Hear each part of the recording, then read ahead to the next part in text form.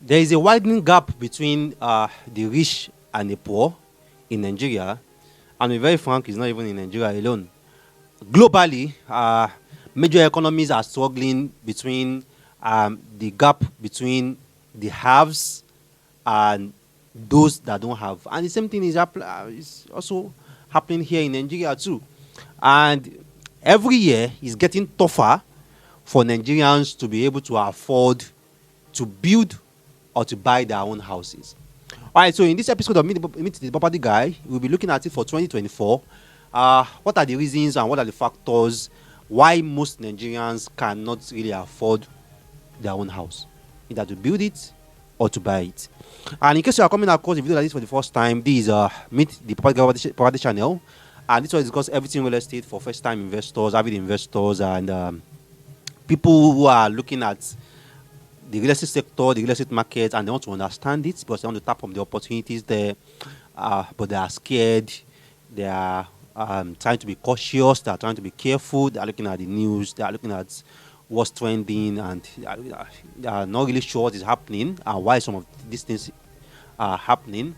So that's why we have this channel here for you, to educate you, to guide you, to enlighten you, to equip you about everything really that you need to understand about the real estate sector, the real estate market, land documents, land titles, and everything that really deals with real estate transactions here in Nigeria. So we have playlists for you, playlists that we have categorized each of these episodes and each of these contents. So we have a playlist on shortlets, we have a playlist on real estate companies, we have a playlist on property investors, we have a playlist on pros and cons, we have a playlist on real estate masterclass, we have a playlist on Ekbe, Bejuleki, and some certain other locations. So we have quite a wide range of contents and a wide range of videos to at least get you up to speed with the real estate market and the real estate sector, and how you can maximize the opportunities and minimize the risk. All right, so let's go straight into the reason why most Nigerians cannot really afford to buy a house or to build a house. Like shelter, accommodation, housing is like a basic need, and is not luxury, because either you like it or not, you need a roof over your head. And if you are already a family person, you've got kids, you've got a spouse, it's not even more important. And the need for accommodation is even now like times 3 or times 4, because you need a place for your family. So, and naturally, is a human desire for each person to live in their own home, to know that the place where they stay, the place where is their abode, is their personal belonging. They own it. It gives a sense of security. It gives a sense of pride that is my own house. I stay in my own house. So regardless of the economic realities and the economic condition, this desire will still be there. And that's one thing I want investors to always look beyond. You know, people look at it that, how much is the minimum wage in Nigeria? You know, and they look at house prices, they look at land prices, and like, who can afford this? We're not selling luxury. We're selling something that is a basic need. You know, and the desire for people, for Nigerians to have their own house will always be there, regardless of whatever the exchange rate is doing, regardless of whatever the inflation rate is, regardless of whatever is happening in the economy. That desire will always be there. Every day that most Nigerians are waking up in a rented apartment, they are like, oh, one day, me to have been a landlord. One day. So that desire will always be there. And the older they get, the bigger and the stronger this desire also becomes. That me too, I want to build my own house. Me too, I want to buy my own house. But despite that fact, so we are going to look at the different factors why these have seemed impossible, unachievable, and a more daunting task for most average Nigerians in 2024. All right, now the first factor we'll be looking at here is urbanization. Now, Nigeria is a developing country. That's where they categorize us anyway. So Nigeria is a developing country. So For a developing country, that means we are at a phase where we are urbanizing, and our urbanization rates will also determine how soon or how fast we will move from the developing to developed nation. But regardless of how slow the urbanization has been, it has also impacts the cost of housing. Because if you look at some certain places in Lagos in the past 20 years, or let's say 20 years ago, some certain places in Lagos 20 years ago, there were villages. All these places, there were villages, towns. Nothing was happening there. But the rate of urbanization in these places over the next 20 years have resulted in the cost of properties, the cost of real estate, and that have also resulted in that place becoming unaffordable for some certain people again. If you want to stay in Ibejuleki 2004 or 2002, the cost for you to stay there, or for you to build a house there, for you to buy a house there, and the cost of you buying a land or building a house or buying a house in Ibejuleki today is not the same. Houses in Ibejuleki is already entering 30 million, 40 million, 60 million as at today. And this is majorly because of the urbanization that have happened there. The free trade zone was not there in 2004. The free trade zone is there now. The refinery was not there in 2004. The refinery is there now. The seaport was not there in 2004. The seaport is there now. A lot of estates, Macarius, Lakwe Lakes, Beachwood Estates, they were not there in 2004. They are there now. And the same thing is with Ekpe. The same thing when you look at Mowe as at 2004, 2002. The same thing with Mowe as at Magboro as at 2004, 2002. The same thing with Arepo as at 2004, 2002. And the same thing is also equal when you look at Abuja. Some places or some towns in Abuja as at 2004, 2002. Some towns in Port Harcourt as at 2004, 2002. Some towns in Enugu as at 2004, 2002. Some towns in Asaba as at 2004, 2002. Some towns in Ibadan as at 2004, 2002. The rate of urbanization in these places have skyrocketed the price of real estate in these places, and have made a lot of people to be unable to afford to buy a house or to build a house in these places again, despite the fact that these places are not even like the main town. Ibejuleki is not the main town in Lagos. Ikeja, Surulere, Yaba, Erifeson, Ikoyi, Victoria Island, Bagada, Anthony, Maryland. Those are like the main Lagos.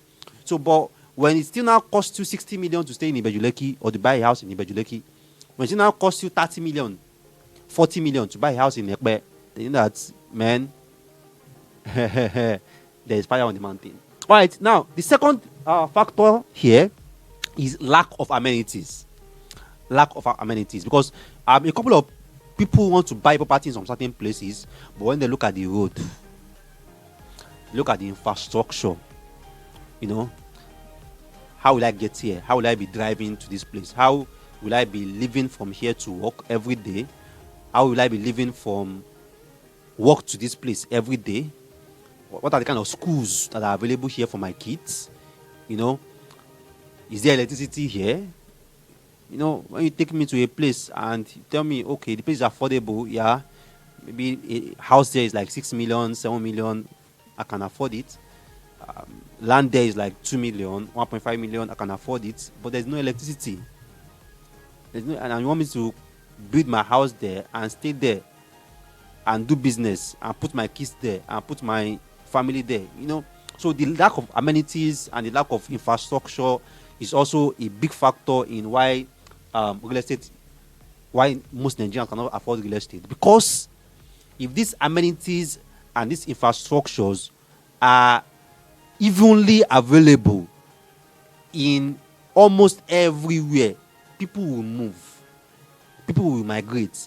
But because some places have these amenities and some places does not have these amenities, the places that have these amenities can charge times 3, times 5 compared to the places that do not have amenities. In Lakwe, the places that have these amenities can charge times 3, times 5 compared to the places that do not have amenities. In Lakwe today, if you go to Lakwe Lakes, they can tell you that the house is like 150 million or 180 million. And when you drive out of Lugbe and you just go into the normal Lugbe community, you can see a house of 40 million or 45 million. The difference between the two is still the same Lugbe, it's still the same bus stop. It's just that one has some certain infrastructure and some certain amenities, and the other one does not have. And assuming the same infrastructure that is in Lugbe Lakes is all around Lugbe, all around Ibejuleki, then there will be no urge for me to say that, it's Lugbe Lakes I must buy, because I know that the infrastructure I can get there, I can get it elsewhere also. But because the infrastructure that is available there, the amenities that are available there, is not available everywhere, then I have to pay. I have to pay whatever they are charging me for it. And that's why them too, they are also charging me that amount for it too. So the lack of amenities or infrastructure is also a big factor that is affecting the cost of real estate, the affordability of real estate, and is making real estate more and more unaffordable for a lot of Nigerians. Because the places that have the infrastructure that they want, they cannot afford it. And the places that they can afford, the places does not have the infrastructure that they want or they desire or they need. The same thing for their businesses too. Because for your business to thrive, there's basic or some certain infrastructures that you need. So if some certain places provide those infrastructure, then you will want to put your business there. But if some certain places does not have that infrastructure, then you will not want to put your business there. So this also affects the cost of real estate and also continue making some places more expensive, and the places that are affordable are least expensive, really, the infrastructure that people need, people desire, is not there. Now, the third factor here is construction costs. And these have been like, construction costs carries like around 50 to 60% of house affordability in Nigeria. Because if you look at what it costs to construct 7 years ago, 5 years ago, 3 years ago, and now you see that you are in trouble. Because the cost is not increasing, the cost is skyrocketing. From the price of cement 7 years ago compared to now, the price of reinforcement steel that we call iron rod 7 years ago compared to now, the price of tiles 7 years ago compared to now, the price of roofing sheets 7 years ago compared to now, the price of electrical cables 7 years ago compared to now, planks, wood. And these are like things that you can't do without, if you are constructing a building. You know, you can't build without using cement, you can't build without using roofing sheets, you can't build without using tiles, you can't build without using wood. You want to do kitchen cabinets, wood. Wardrobe, wood. You know, the different decors in the house, use wood. So the construction cost is a really big factor, because we've had a very high unstable construction cost in the past number of years. And that's why the best thing you can do for yourself right now is to buy and have a property in Nigeria. Because the longer it takes you to have that property, the more expensive it's going to be. Even if you are buying in dollar or you are buying in pounds. See, what it will cost you to buy a property in Nigeria or to build a property in Nigeria in USD in year 2004, and what it will cost you to buy or build a property in Nigeria in USD this year is not the same thing. And this is over a 20 years lifespan. Now try to imagine another 20 years again. That's 2024 to 2044. So, and that's why I used to tell some people that if you are not careful, you will come back to Nigeria 10 years time or 5 years time with your USD. Is Songo you still be able to afford, or Ifo, or Shagamu, because the main Lagos you can afford it even with your USD. And that's already happening. There are some certain people that they could buy Lekki Phase 1 because they have been abroad 30 years, 35 years. They could buy Lekki Phase 1 2004, 2005 with their USD. But now, with their USD, they cannot even afford Lekki Phase 1 out of 350 million, 280 million in naira. So, the construction costs have been climbing, and in a matter of fact, it will continue to climb because the cost of living, the cost of doing business globally is climbing. So the construction cost is also a very big factor to house affordability. That's why most times, also when I get the objection that those houses by developer is too cost. Wetin happen? How much they build house? Hey, how much they build house? Now build you just talk like that. Build house. It's pretty expensive to build house in Nigeria, except if you have all the money at once and you're ready for the project. But you want to do foundation this year, come back next year, do to lintel. Next 2 years, come back to roof. Next 3 years, come and do window and ties.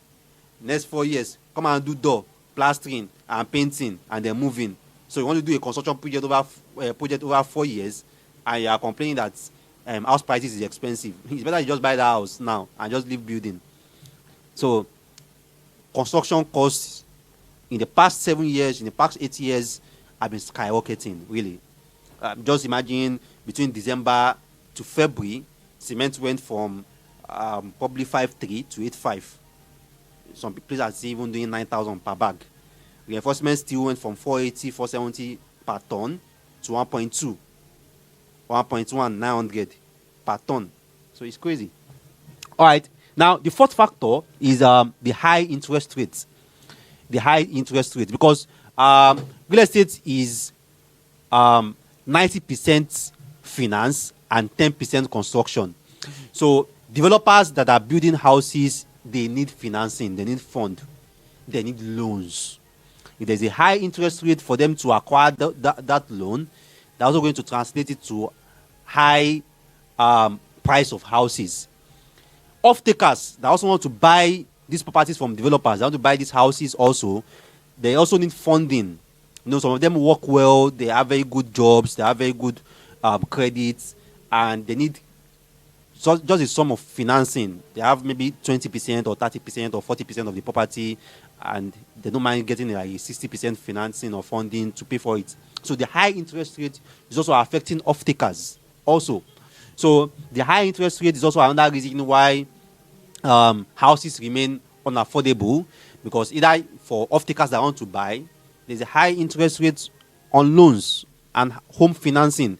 And for developers that also want to build, there's a high interest rate on the loans that are collected from the bank to go and develop. So most estates, most developers, definitely they rely on funding. The fund must come from somewhere. Either it's coming from the bank, it's coming from investors, or it's coming from somehow. Someone must be funding, either legally or illegally. That fund must come from somewhere. So if there's any high interest on that funding that they are receiving, it's going to translate to the amounts that they're also going to be selling these houses. So the high interest rate is also another reason why houses also continue to become more affordable. Then, lastly,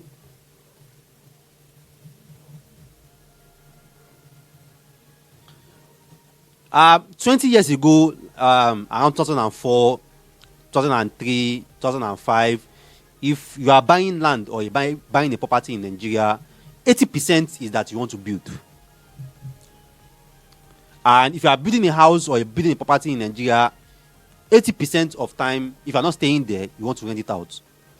So that makes houses to be available, because people are building to stay, people are building to rent, and people are buying properties because they want to somehow have their own space, or have a property, or have their own house, or have a house to rent out. But now that have shifted. Real estate now have become more of an investment than a need. So now more people are buying real estate now because of return. Because of return on investments. They are buying the land so that they can leave it for 5 years, for 10 years, and then later resell. They are buying the apartment so that they can do short lets or Airbnb. They are buying the apartment or the house so that they can later resell.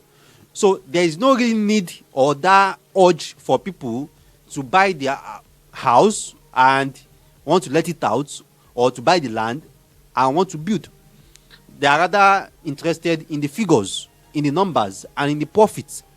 So the increase in the investment market of real estate and the investment markets of real estate in Nigeria have also contributed to why most houses are not affordable. Because most of the people that are buying the land, they are not building. If they don't build, how will people rent? How will people rent? And because they are buying to later resell, so they rather hold and hoard.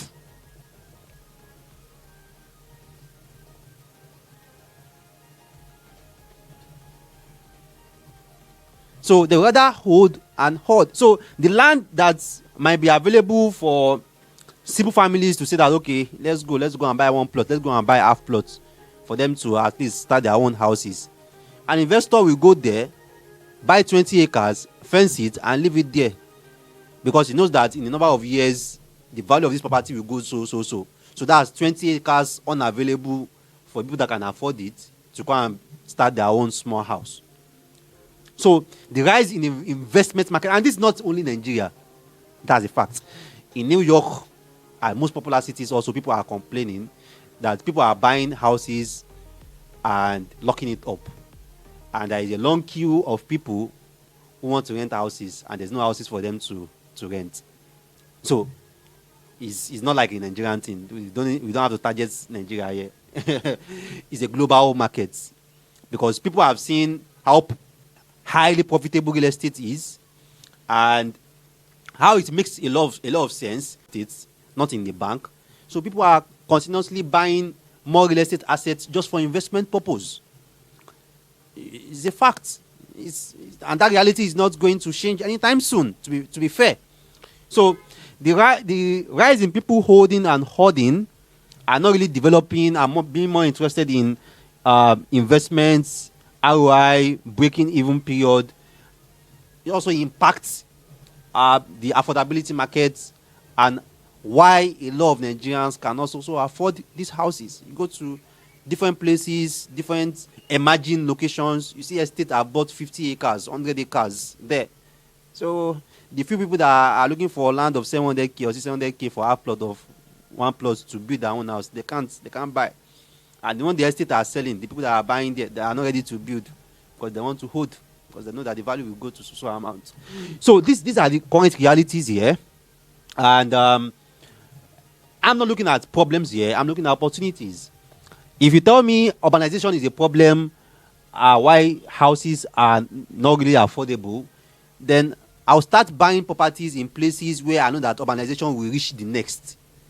So by the time urbanization reaches there and the value goes up, then I make money. If you tell me that, okay, lack of amenities is a reason why a lot of people cannot afford properties, then I start buying properties in places where there is no amenities. So when the amenities get there, it become more expensive and I make money. Or I build there, I rent it out, and I know that by the time the amenities I'm looking for get there, my rent goes ×5 or ×4. Construction costs, is a big problem, and that's why you should buy off plan. So that the construction cost and the increase in the construction cost is not on you, it's on the developer. It's his headache. And you still make your money. So people bought some off-plan properties last year, and the costs and the estimate the developer used when he was selling the off-plan was that cement is 5.3. At worst, cement goes to 6,000. Now cement is 8.5. It does not concern the investor, because I bought at 5.3. So it's the developer headache to deliver. Yet the value of the property now have risen to match the cost of 8.5 per bag of cement. So maybe I bought it at 55 million, and now the developer have realized that this thing I can't deliver. The developer is selling at 90 million. The value of my property too have got to 90 million, and I bought at 55 million at off plan. So that's the opportunity. So every crisis means an opportunity. So the high interest rate is also a very big factor, which is really disturbing how much funding a lot of investors can access, and also how much funding a lot of off-takers can affect. And these have opened the opportunity for real estate equity ownership. See a lot of companies telling you that, you can buy to resell, you can buy to co-own, you can buy to this one, blah, blah, blah. is because they don't want to go to the bank for funding, so they are instead providing the opportunity for investors and the public to fund. And instead of the bank collecting the interest, they give the interest to investors. Present the opportunity. Or do you think that if banking is giving developers interest at 10%, developer will come to you and offer you 35%? They will not offer you 35% now. They will not go to the bank and collect the money and give bank 10%. So high interest rates is also an opportunity. So investments, yeah, more people are buying to hold and hoard right now. So which means that at some point, land in urban areas will be scarce. You join the trend. As simple as that. It's an opportunity. All right. So if you have different comments and different feedbacks, different perspectives, different point of view to add or to suggest in the different things that we have mentioned here regarding the housing market, because Africa housing is very profitable. African real estate is very profitable, definitely, as well as very risky. And a lot of international companies have realized that. A lot of international firms have also realized that. So they are bringing in capital. A lot of these major projects in Nigeria, major projects, housing projects and housing development that you see, they are all funded and financed by different funding from abroad. So you really want to also tap into the housing market, the African market, the African real estate, really. So, as the number one property on the planet, your property advisor, property consultant, Rabi Mustafa. Thanks for watching our video and see you next time.